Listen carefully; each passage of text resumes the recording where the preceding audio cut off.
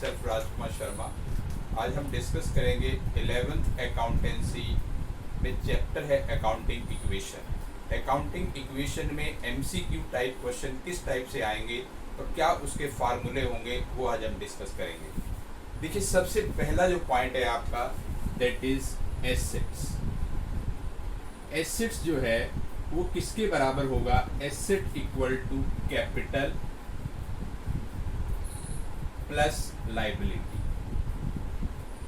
Assets equal to capital plus liability.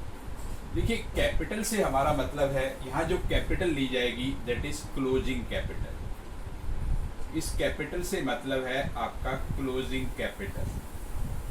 यानी अगर question में प्रॉफिट गिवन है और कैपिटल गिवन है तो कैपिटल में प्रॉफिट प्लस हो जाएगा, और अगर लॉस गिवन है तो कैपिटल से माइनस हो जाएगा। यानी आपको यहाँ पे क्लोजिंग कैपिटल लेनी है तो फर्स्ट फार्मूला आपका assets equal to capital plus liability. Now the second one, liability equal to liabilities equal to assets minus capital. Assets में से अगर हम कैपिटल माइनस कर दें तो ये आपकी लाइबिलिटी आ जाएगी। Third formula is capital, capital यानी closing capital, assets minus liability. अगर हम एसेट्स में से लाइबिलिटी माइनस कर दें तो आपकी आ जाएगी कैपिटल, और जिसको हम क्लोजिंग कैपिटल भी कहते हैं। Closing capital, capital means closing capital. तो क्लोजिंग कैपिटल निकालने का फार्मूला हुआ आपका एसेट्स माइनस लाइबिलिटी। लेकिन क्लोजिंग कैपिटल का एक फार्मूला और होता है, वो भी आपको याद रखना है। और closing capital equal to opening capital plus profit plus additional capital minus drawing. ये फार्मूला आपको ध्यान रखना है क्लोजिंग कैपिटल फाइंड आउट करने के लिए। क्लोजिंग कैपिटल का फार्मूला एक तो हो गया आपका assets minus liability, and another formula closing capital equal to opening capital plus profit plus additional capital minus drawing. Now the fourth formula is profit. अगर क्वेश्चन में आपको प्रॉफिट निकालना है तो प्रॉफिट निकालने के लिए आपके पास क्लोजिंग कैपिटल का होना जरूरी है। Closing capital minus opening capital minus additional capital plus drawing, ये आपका प्रॉफिट का फार्मूला है। प्रॉफिट का एक फार्मूला और कई बार यूज होता है आपका equal to revenue minus expense. Revenue minus expense यानी रिवेन्यू में से अगर हम एक्सपेंस माइनस कर देंगे तो वो भी आपका प्रॉफिट आता है।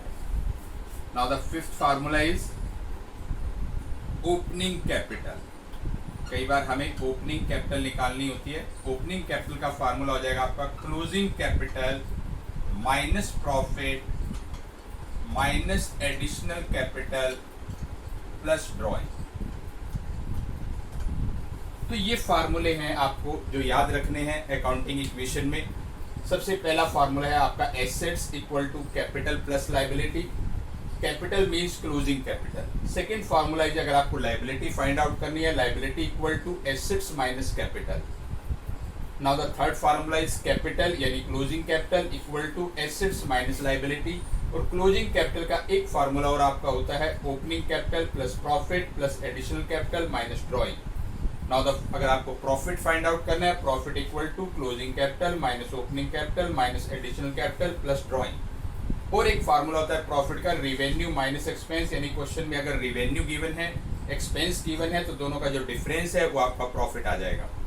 उसके बाद अगर आपको ओपनिंग कैपिटल फाइंड आउट करनी है तो ओपनिंग कैपिटल का फार्मूला होगा closing capital minus profit minus additional capital plus drawing. तो ये फार्मूले आपको एमसीक्यू क्वेश्चन के लिए याद रखने हैं। किसी भी फार्मूले के ऊपर एमसीक्यू क्वेश्चन पूछा जा सकता है। जैसे माना क्वेश्चन में एसेट्स गिवन है, कैपिटल गिवन है, आपको लाइबिलिटी निकालनी है, या क्वेश्चन में कैपिटल गिवन है लाइबिलिटी गिवन है तो आपको एसेट निकालनी है।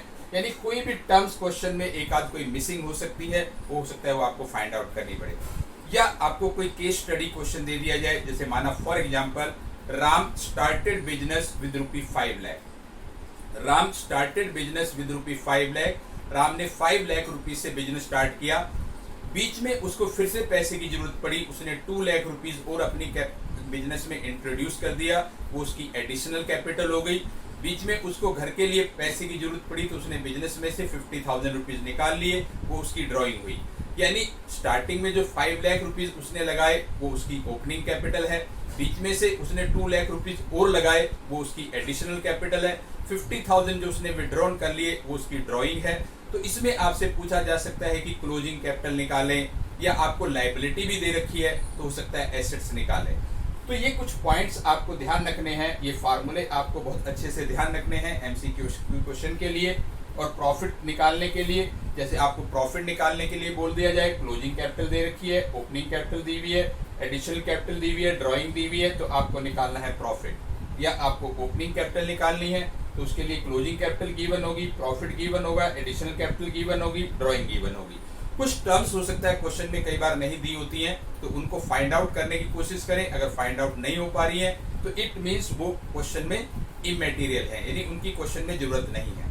लेकिन जैसे माना आपको प्रॉफिट निकालना है तो प्रॉफिट के लिए क्लोजिंग कैपिटल ओपनिंग कैपिटल का होना मस्ट है, यानी closing capital opening capital question के अंदर बहुत जरूरी होनी चाहिए।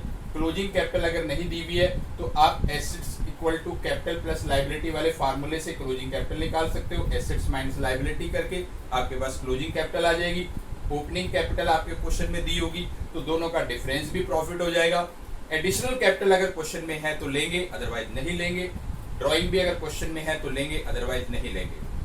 तो ये फार्मूले बेस्ड जो है एमसीक्यू क्वेश्चन आपके पास बन जाते हैं। इसके अलावा एमसीक्यू क्वेश्चन क्या बनते हैं, जैसे माना कोई आपको ट्रांजैक्शन दे दी कि उस ट्रांजैक्शन का क्या क्या ट्रीटमेंट होगा, कोई फिलिंग द ब्लैंक दे दिया। जैसे माना goods purchase for ₹20,000, goods purchase for ₹20,000, यानी 20,000 की आपने गुड्स परचेज की है तो इसका क्या ट्रीटमेंट होगा अकाउंटिंग इक्वेशन में, कहाँ कहाँ पे जाएगी वो आपको बताना है। जैसे आपने गुड्स परचेज की है तो बिजनेस में गुड्स आई है, कैश गया है, तो यानी गुड्स यानी स्टॉक आपका बन गया है तो एसेट साइड में स्टॉक में प्लस हो जाएगा और कैश से आपका ये माइनस हो जाएगा। सेम कई बार पूछ लिया जाता है कि डिपॉजिटेड इनटू बैंक, यानी बैंक में आपने पैसे जमा कराए तो एसेट साइड में बैंक का कॉलम बनेगा, बैंक में प्लस होगा और कैश से माइनस होगा। या कई बार ये पूछ लिया जाता है कि एसेट साइड की कोई ऐसी ट्रांजैक्शन बताएं जो एसेट्स में ही प्लस होगी, एसेट से ही माइनस होगी, एसेट में ही प्लस होगी, एसेट से ही माइनस होगी, ऐसी कोई ट्रांजैक्शन बताएं तो आप डिपॉजिटेड इनटू बैंक कह सकते हो, गुड्स परचेज इन कैश कह सकते हो। तो इस तरीके की ट्रांजैक्शन आपके एमसीक्यू क्वेश्चन में पूछी जा सकती हैं। लेकिन बेसिकली जो ये फार्मूले हैं आपके अकाउंटिंग इक्वेशन के, ये बहुत अच्छे से आपको याद करने हैं। आज के लिए इतने।